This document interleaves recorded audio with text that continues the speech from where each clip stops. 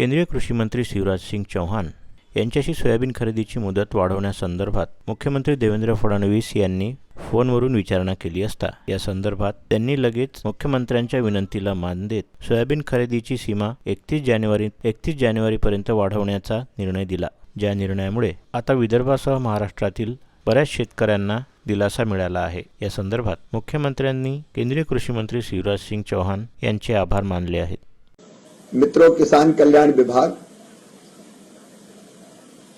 किसानों के कल्याण के लिए निरंतर काम कर रहा है. मुझे बताते हुए खुशी है कि न्यूनतम समर्थन मूल्य पर सोयाबीन की खरीदी जारी है और अब तक हम रिकॉर्ड 13,68,660 क्विंटल से ज्यादा सोयाबीन खरीद चुके हैं और ये खरीदी अभी जारी रहेगी. आज महाराष्ट्र की तरफ से, राज्य सरकार की तरफ से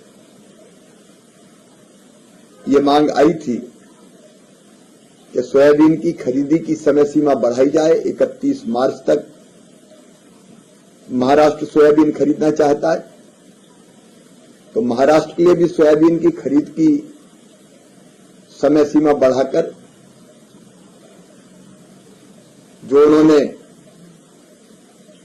31 जनवरी तक बढ़ाने की मांग की थी, 31 जनवरी तक हम बढ़ा रहे हैं.